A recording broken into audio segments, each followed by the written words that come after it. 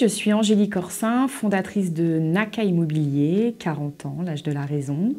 Et je travaille depuis maintenant 20 ans dans l'immobilier et 10 ans spécifiquement dans la commercialisation de biens en VFA.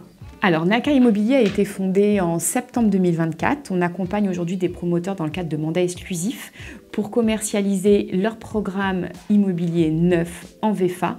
En plus de la vente interne, on a notre réseau en fait de 1500 partenaires partout sur le territoire français qui va nous aider à dynamiser la commercialisation des programmes neufs de nos promoteurs, que ce soit pour l'obtention de la GFA, pour avoir un rythme d'écoulement plus important ou même pour du stock dur. Et l'intégralité de nos promoteurs sont ravis de cette prestation qui va venir apporter des ventes supplémentaires que celles qu'ils peuvent avoir en bulle de vente. Médicis, je travaille avec eux depuis 10 ans à travers 3 sociétés, puisqu'ils m'ont suivi dans tout mon parcours professionnel. D'abord chez Catella, chez qui j'ai monté le service prescription, donc Médicis a été un de mes premiers partenaires. Ensuite, j'ai été animatrice réseau chez Vinci Immobilier.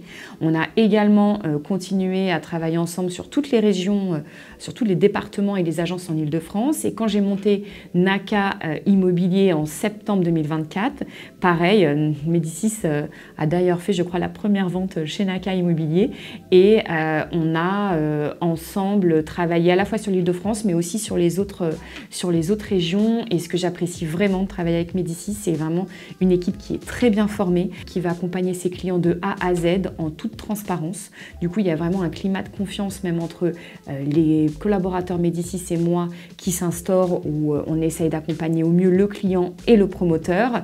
Et surtout, c'est qu'il y a beaucoup, comme je disais, de transparence et de confiance et avec une équipe qui est vraiment sympathique.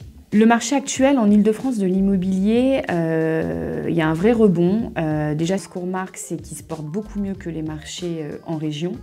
C'est principalement dû au fait qu'on ait eu moins de difficultés suite à la fin du Pinel, puisqu'on avait déjà une grosse part de résidence principale sur les ventes et qu'il y a eu de plus en plus de primo-accédants, ce qui fait qu'aujourd'hui, ça nous aide à nous maintenir. En plus, la baisse des taux nous a permis aussi de redonner une capacité d'emprunt à certains clients, notamment sur les biens à plus de 500-600 000 euros, où on revoit les clients qui reviennent.